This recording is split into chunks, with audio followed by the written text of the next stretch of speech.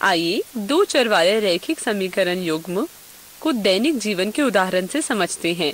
राहुल और सिमरन दोनों एक साथ सिटी के स्टेशनरी शॉप पर जाते हैं। राहुल ने समान कीमत वाले 3 क्रिकेट बॉल दुकानदार को 60 रुपए देके खरीदे। आपको क्या लगता है राहुल ने एक बॉल के लिए कितने रुपए दिए होंगे? चूँकि 3 बॉल की कीमत 60 रुपए है, तो एक गेंद की कीमत हम मन में हिसाब करके भी निकाल सकते हैं। परंतु अगर सवाल मुश्किल होगा तो बीजगणित का प्रयोग करके इसे और आसानी से निकाला जा सकता है। माना एक बॉल की कीमत x रुपए है, तो 3x बराबर 60 होगा। समीकरण सॉल्व करने पर हमें x बराबर 20 मिला। अतः राहुल ने प्रत्येक बॉल के लिए 20 रुपए दिए। चलिए अब एक प्रश्न का उत्तर दीजिए। माना 5 पेन की कीमत 50 रुपए है, तो एक पेन की कीमत क्या होगी? यहाँ पर समीकरण है 5x बराबर 50, जिसे हल करने पर हमें x बराबर 10 मिलता है। अतः एक पेन की कीमत 10 रुपए होगी। यहाँ आपने देखा कि एक चर वाले समीकरण को आसानी से हल किया जा सकता है। आइए आगे देखते हैं। उसी दुकान से सिमरन ने एक गुड़िया और 3 टोपियां 120 रुपए देकर खरीदी। तो गुड़िया तथा टोपियों की कीमत पता करें। माना गुड़िया की कीमत x रुपए है तथा एक टोपी की कीमत y रुपए है, इसलिए x + 3y बराबर 120 होगा। इसको हम समीकरण 1 कहते हैं। समीकरण 1 की मदद से हम गुड़िया और टोपी की कीमत निकाल सकते हैं, लेकिन यहाँ x और y के अलग अलग मान समीकरण में बैठ सकते हैं, तो हम आसानी से बॉल की कीमत तो निकाल पाए, परंतु गुड़िया और टोपी की कीमत नहीं निकाल पा रहे हैं। क्या आप बता सकते हैं ऐसा क्यों? क्योंकि पहली स्थिति में हमारे पास केवल एक अज्ञात था, जिसको एक समीकरण के द्वारा दर्शाया गया था, इसलिए पहली स्थिति में हम अज्ञात का मान निकाल पाए थे। परंतु दूसरी स्थिति में हमारे पास 2 अज्ञात है, जिसके बीच का संबंध केवल एक समीकरण के द्वारा दर्शाया गया है, जिस कारण हम x और y का मान नहीं निकाल सकते हैं। क्या आप बता सकते हैं कि दूसरे समीकरण को हल करने के लिए हमें और क्या चाहिए? हमें x और y के बीच दूसरा संबंध मिल जाए तो हम x और y का मान निकाल सकते हैं। आइए अब मैं आपको एक दूसरा हिंट देती हूँ। माना कि गुड़िया की कीमत 3 टोपियों की कीमत के बराबर है। क्या आप दूसरे हिंट की मदद से इस समीकरण को बना सकते हैं? दूसरे हिंट से हमें x बराबर 3y मिलेगा, जिसको हम दूसरा समीकरण कहेंगे। आपने देखा कि दोनों हिंट की मदद से हमें 2 समीकरण मिले। क्या आप इन दोनों समीकरणों के बीच का संबंध बता सकते हैं? यहाँ आपने ध्यान दिया होगा कि समीकरण x + 3y बराबर 120 और समीकरण x बराबर 3y ax + by + c बराबर 0 के रूप के हैं। क्या आप बता सकते हैं कि ax + by + c बराबर 0 को हम क्या कहते हैं? आपको याद होगा आपने कक्षा में इसके बारे में पढ़ा था। आपने पढ़ा था कि ax + by + c बराबर 0 को 2 चर वाले रैखिक समीकरण कहा जाता है, जहाँ a b c वास्तविक संख्याएं हैं तथा a और b 0 बराबर नहीं है। क्या आप दोनों समीकरण में कोई और भी संबंध देख सकते हैं? समीकरण 1 और समीकरण 2 दोनों में एक जैसे चर है। x और y के 2 चर वाले रैखिक समीकरण हैं। अतः समीकरण 1 और 2 को साथ में 2 चरों वाले रैखिक समीकरण युग्म कहते हैं। आइए 2 चर वाले रैखिक समीकरण युग्म का व्यापक रूप देखते हैं। a1x + b1y + c1 बराबर 0 तथा a2x + b2y + c2 बराबर 0 2 चरों वाले रैखिक समीकरण युग्म का व्यापक रूप है, जहाँ a1, b1, c1, a2, b2 और c2 वास्तविक संख्याएं हैं और a1² + b1² तथा a2² + b2² 0 नहीं है। बता सकते हैं।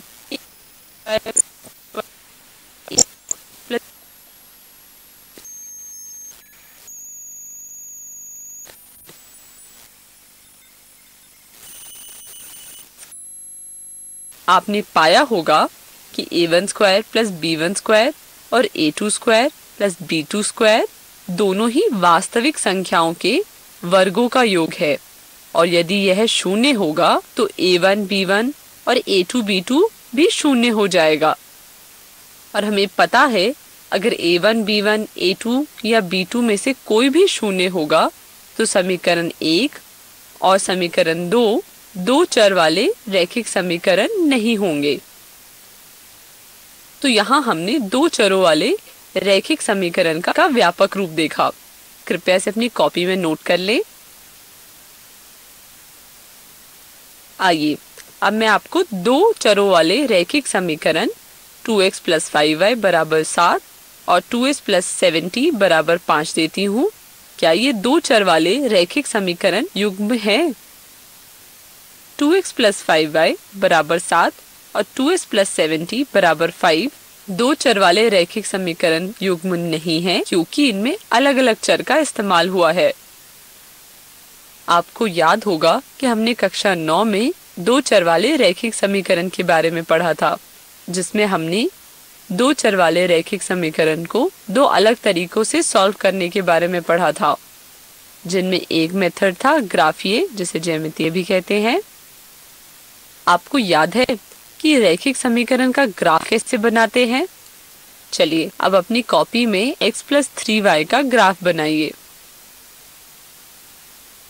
चलिए देखते हैं जो आपने ग्राफ बनाया है वो सही है या नहीं। ग्राफ बनाने के लिए सबसे पहले हम x प्लस 3y बराबर 120 का टेबल बना लेते हैं। जो कि आपने देखा कि टेबल में संख्या बड़ी है, जिसे ग्राफ पर निरूपित करने में हमें दिक्कत होगी, इसलिए हम यहाँ 1 यूनिट बराबर 10 लेंगे। तो बिंदुओं को प्लॉट करके जोड़ने पर हमें यह ग्राफ प्राप्त होगा। आपने देखा जब रैखिक समीकरण को ग्राफ वाले तरीके से सॉल्व करते हैं तो हमें एक स्ट्रेट लाइन या सीधी रेखा मिलती है। अर्थात हम कह सकते हैं कि रैखिक समीकरण का ग्राफीय हल सीधी रेखा होता है। क्योंकि इस चैप्टर में हम दो चर वाले रैखिक समीकरणों के युग्म के बारे में बात कर रहे हैं, तो यहाँ हमें दो स्ट्रेट लाइन मिलेगी। आइए अब इन दो सीधी रेखाओं के बारे में पढ़ते हैं।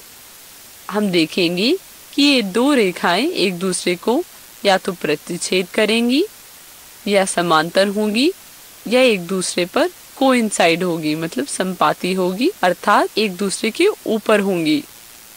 आइए अब हम तीनों केसेस के बारे में एक एक करके पढ़ते हैं। सबसे पहले प्रतिच्छेदी रेखाओं के बारे में पढ़ते हैं। प्रतिच्छेदी रेखाओं को एक उदाहरण से समझते हैं।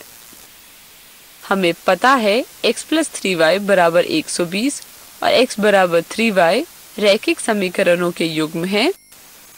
तो अब हम इस रैखिक समीकरणों के युग्म को ग्राफीय तरीके से सॉल्व करेंगे। चूंकि पहले भी हमने x प्लस 3y बराबर 120 का ग्राफ बनाया था, जो कुछ इस प्रकार था। चलिए अब x बराबर 3y का ग्राफ वहीं बनाते हैं जिसमें हमने x प्लस 3y बराबर 120 का ग्राफ बनाया था। हमें x प्लस 3y का ग्राफ कुछ इस प्रकार मिलेगा। आपने यहाँ क्या देखा? यहाँ दोनों रेखाएं एक बिंदु पर प्रतिच्छेद कर रही हैं। जब दो रेखाएं L1 तथा L2 एक दूसरे को एक बिंदु पर काटती है तो उनका केवल एक ही हल होता है। इस प्रकार रैखिक समीकरण का युग्म जिनका केवल एक ही हल होता है उसे समीकरणों का संगत युग्म कहा जाता है।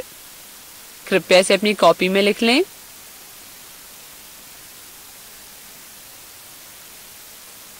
समांतर रेखाओं को समझने के लिए एक उदाहरण देखते हैं। माना बैंगलोर से चेन्नई के वायु मार्ग को समीकरण 2x माइनस y प्लस 9 बराबर 0 के द्वारा दर्शाया जाता है तथा दिल्ली से कोलकाता की वायु मार्ग को समीकरण 6x माइनस 3y बराबर 0 के द्वारा दर्शाया जाता है। इस स्थिति में प्राप्त समीकरण को ग्राफ द्वारा दर्शाइए और इसका हल निकालिए। चलिए अब इसका हल देखते हैं। हम जानते हैं वायु मार्ग को रैखिक समीकरण के द्वारा दिखाया गया है तथा समीकरण कुछ इस प्रकार है। बैंगलोर से चेन्नई 2x - y + 9 = 0। दिल्ली से कोलकाता 6x - 3y + 10 = 0। आइए प्राप्त समीकरण का ग्राफ बनाते हैं। यहाँ हमें समीकरण 2x - y + 9 = 0 का ग्राफ प्राप्त हो चुका है तथा समीकरण 6x - 3y + 10 = 0 का ग्राफ मिल चुका है। आइए अब दोनों ग्राफ को एक ही प्लेन में बनाते हैं। एक ही प्लेन में दोनों ग्राफ कुछ इस प्रकार दिखेंगे। आपने इसमें क्या देखा? यहाँ दोनों रेखाएं एक दूसरे को कहीं भी प्रतिच्छेद नहीं कर रही है तथा एक दूसरे से समान दूरी पर है, अर्थात दोनों रेखाएं समांतर है, जिसका अर्थ है कि दोनों वायु मार्ग एक दूसरे से कभी नहीं मिलेंगे। अतः जब दो रेखाएं L1 तथा L2 समांतर होंगे तब दो चर वाले रैखिक समीकरण के युग्म का कोई हल नहीं होगा और इसे दो चर वाले रैखिक समीकरणों का असंगत युग्म कहते हैं।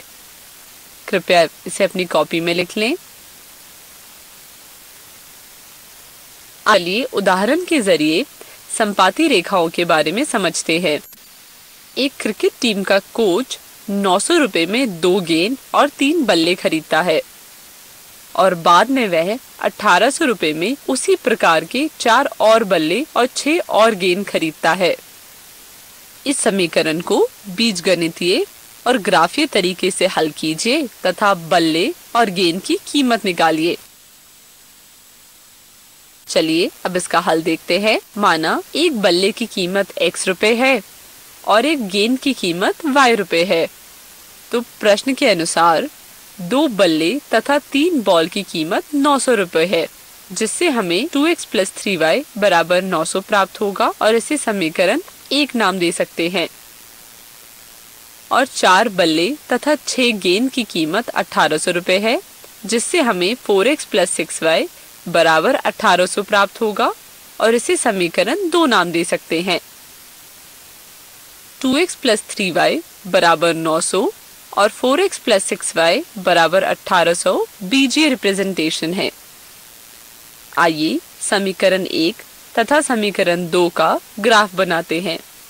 यहाँ हमने 1 यूनिट बराबर 100 रुपए लिया है। हमने देखा दोनों ग्राफ एक ही रेखा पर बन रहे हैं, जिसे संपाती करना कहते हैं। यहाँ हमने देखा कि दोनों समीकरण के ग्राफ एक दूसरे को संपाती करते हैं। क्या आप बता सकते हैं कि दोनों रेखाएं ग्राफ पर प्रत्येक बिंदु पर संपाती क्यों हैं? दोनों समीकरणों को ध्यान से देखें। अगर समीकरण 2 में 2 से भाग करेंगे तो प्राप्त समीकरण समीकरण 1 के बराबर होगा। जब दो रेखाएं L1 तथा L2 एक दूसरे को सभी बिंदुओं पे संपाती करते हैं तो रैखिक समीकरण के युग्म के अपरिमित रूप से अनेक हल होते हैं, यानी कि अनंत हल होते हैं। इन रेखाओं को रैखिक समीकरणों का आश्रित संगत युग्म कहते हैं। कृपया इसे अपनी कॉपी में लिख लें। अतः हम इस निष्कर्ष पर पहुंचते हैं कि किसी भी प्लेन में दिए गए दो रेखाओं के लिए तीनों स्थितियों में से कोई एक स्थिति ही पॉसिबल है। पहली स्थिति है कि दोनों रेखाएं एक बिंदु पर एक दूसरे को प्रतिच्छेद करेंगी। दूसरी स्थिति है कि दोनों रेखाएं एक दूसरे को कभी प्रतिच्छेद नहीं करेंगी, अर्थात दोनों रेखाएं समांतर होंगी। और तीसरी स्थिति है कि दोनों रेखाएं एक दूसरे के संपाती होगी। ध्यान दें, एक तल में दी हुई दो रेखाओं के लिए निम्नलिखित 3 स्थितियों में से केवल एक हो सकती है। इसे अपनी कॉपी में नोट कर लें। आइए एक उदाहरण देखते हैं। रोमिला एक स्टेशनरी की दुकान पर जाती है और 2 पेंसिल तथा 3 इरेजर्स 9 रुपए के खरीदती है। उसकी फ्रेंड सोनाली जब उसके पास नई प्रकार की पेंसिल्स और इरेजर्स देखती है तो वो भी उसे खरीदने जाती है। वो उसी प्रकार के 4 पेंसिल्स और 6 इरेजर्स 18 रुपए में खरीदती है। तो इस स्थिति को बीजगणितीय और ग्राफीय रूप में दिखाएं। वीडियो को रोकें और इस प्रश्न को खुद से हल करने का प्रयास करें। चलिए अब इसका हल देखते हैं। माना एक पेंसिल की कीमत x रुपए है और एक इरेजर की कीमत y रुपए है। चूंकि 2 पेंसिल और 3 इरेजर की कीमत 9 रुपए है तथा 4 पेंसिल और 6 इरेजर की कीमत 18 रुपए है, समीकरण का बीजगणितीय रिप्रेजेंटेशन कुछ इस प्रकार होगा। 2x + 3y बराबर 9, जिसे हम पहला समीकरण मानेंगे, और 4x + 6y बराबर 18, जिसे हम दूसरा समीकरण मानेंगे। इनका हल दोनों टेबल्स में दिया गया है। चलिए अब इन दोनों समीकरणों का ग्राफीय हल देखते हैं। हमें दोनों समीकरण का ग्राफ कुछ इस प्रकार प्राप्त हुआ। क्या आप बता सकते हैं कि यहाँ दोनों लाइन संपाती क्यों कर रहे हैं? क्योंकि अगर हम दूसरे समीकरण में 2 से भाग करेंगे तो हमें 2x + 3y बराबर 9 प्राप्त होगा, जो कि पहले समीकरण के बराबर है। अर्थात एक समीकरण की मदद से दूसरा समीकरण निकाला जा सकता है। अतः दोनों समीकरण सभी बिंदुओं पर संपाती करेंगे। इसे अपनी कॉपी में नोट कर लें। इस ग्राफ को भी अपनी कॉपी में नोट कर लें और इसे भी अपनी कॉपी में नोट कर लें। आइए अब कुछ प्रश्न करते हैं। किसी दिन 2 केजी सेब और 1 केजी अंगूर की कीमत 160 रुपए पाई गई और 1 महीने बाद 4 किलो सेब और 2 किलो अंगूर की कीमत 300 रुपए हो गई। इस स्थिति को बीजगणितीय तथा ग्राफीय तरीके से दिखाएं। प्रश्न कुछ इस प्रकार है। वीडियो को रोकें और इस प्रश्न को खुद से हल करने का प्रयास करें।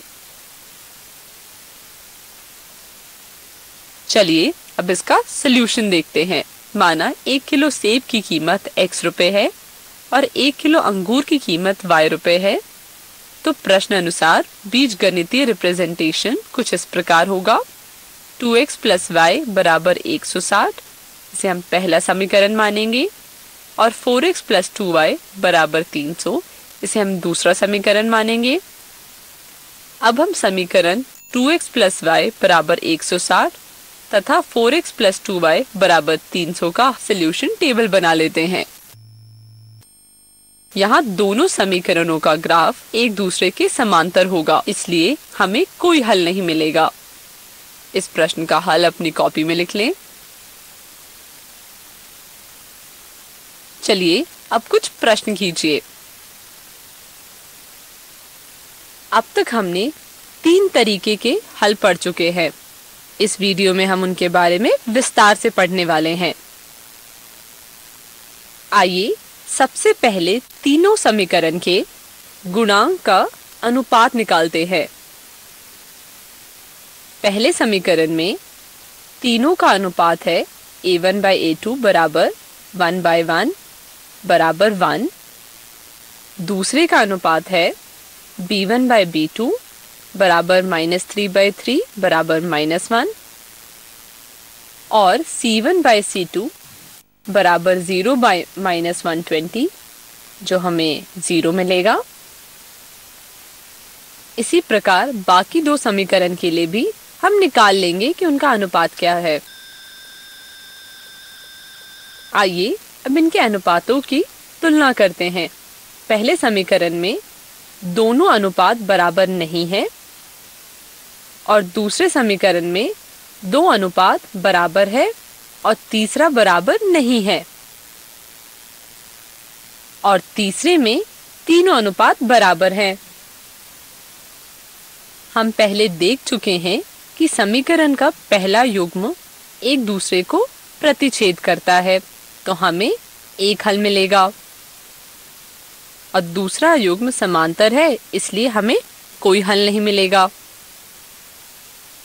और तीसरा संपाती करता है, इसलिए हमें अपरिमित रूप से अनेक हल मिलेंगे।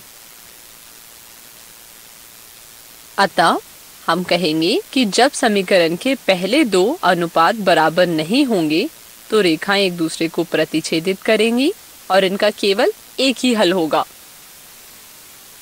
जब पहले दो अनुपात बराबर और तीसरा बराबर नहीं होगा तो दोनों रेखाएं समांतर होगी और इसका कोई हल नहीं होगा।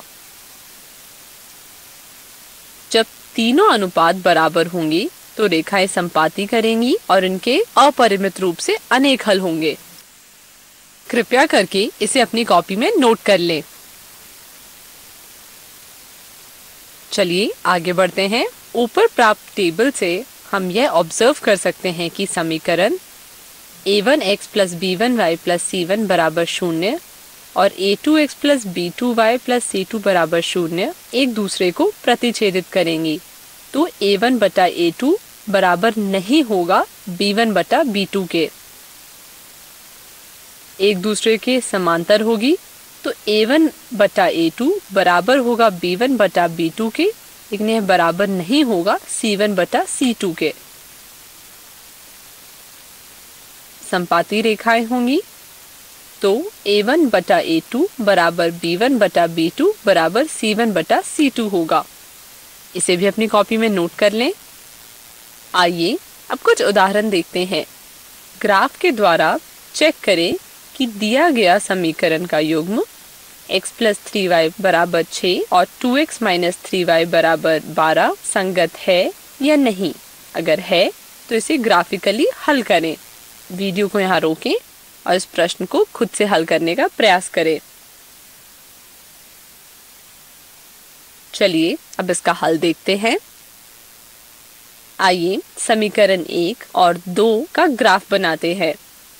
इसके लिए हमने दोनों समीकरण के दो हल निकाले हैं जो आपके टेबल में दिखाई दे रहे होंगे। बिंदु A 0,2, बिंदु B 6,0, बिंदु P 0,-4 और Q 3,-2 को ग्राफ पर निरूपित करके हमें रेखा AB और PQ प्राप्त हुआ है।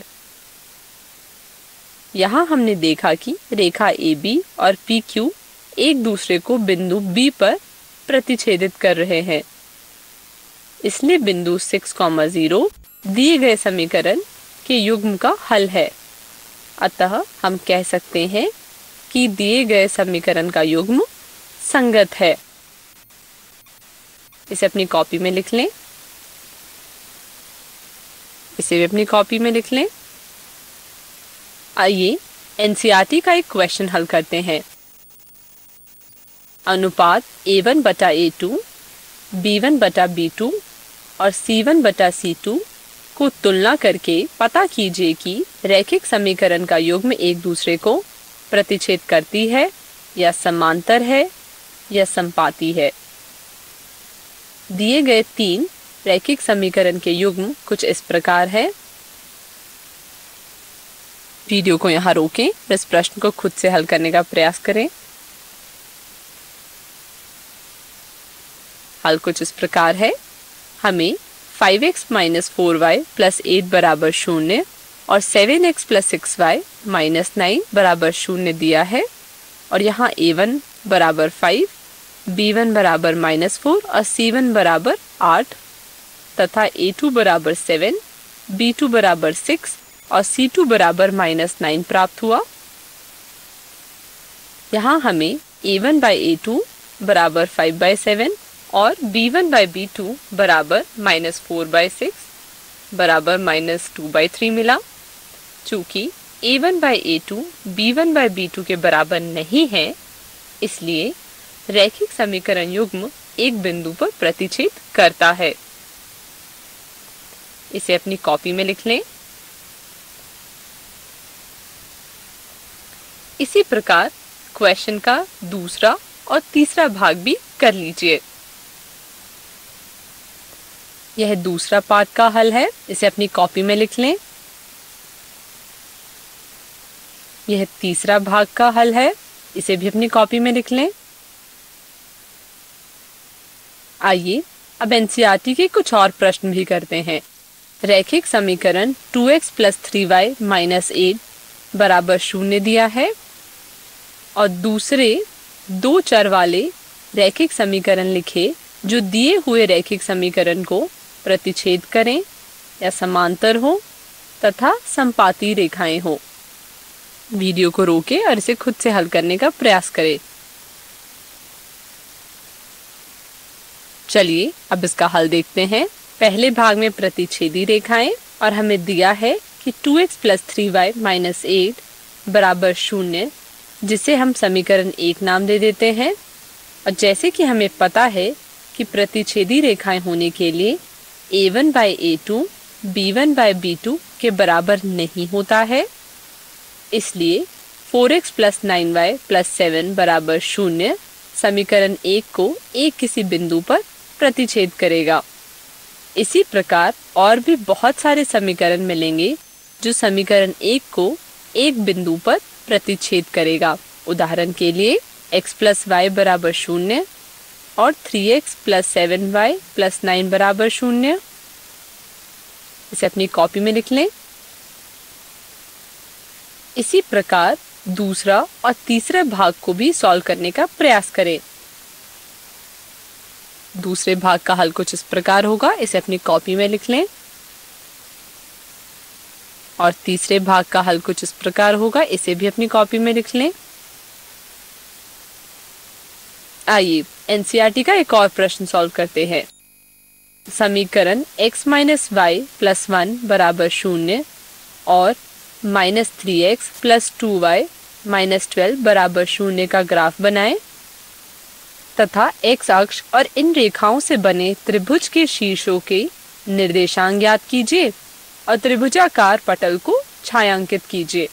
प्रश्न कुछ इस प्रकार है। वीडियो को रोकें और इस प्रश्न को हल करें।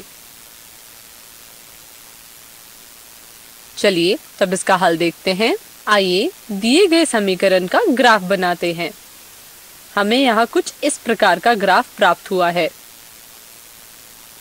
रेखाओं और x अक्ष से बने त्रिभुज का शीर्ष a - 1,0, b 2,3, c 4,0 है। अतः इसका शेडेड रीजन कुछ इस प्रकार होगा। इसे अपनी कॉपी में लिख लें। इसे भी अपनी कॉपी में लिख लें।